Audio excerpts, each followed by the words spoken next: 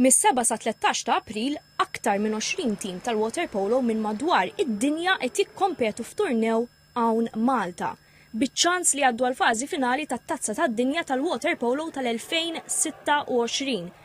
It-turnew qed isir fil-Pixxina Nazzjonali f'Talqro u fl-indoor pool fil-kumpless sportiv tal-Kottonera.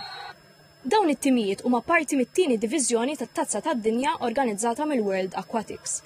Minnhom 2 iridu jikkwalifikaw biex jilagħbu fil-fażi finali li se ssir f'Sydney l-Awstralja f'Lulju li ġej. Fost it-timijiet hemm l-Arġentina, il-Brażil, l-Afrika t'Isfel, l-Awstralja, iċ-Ċina, Singapore, Hong Kong u diversi pajjiżi Ewropej, fosthom Malta.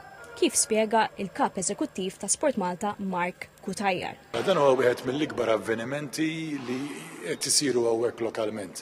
L-isport akwatiku bir-relazzjoni bejn l-Aquatic Sport Association u Sport Malta torganizza events kbar, pereżempju f'Ġunju għandna Champions League. Kull tim għandu kontingent ta' 25 plejer. Il-logħbi tixxandru wkoll madwar fid-dinja kollha allura huwa avveniment ta' uġigħ ta' ras, però huwa avveniment ta' sodisfazzjon kbir. Wera il-fema li avvenimenti bħal dawn iservu ta' vetrina għal faċilitajiet sportivi f'Malta, f'dan il-każ tal-isport akwatiku.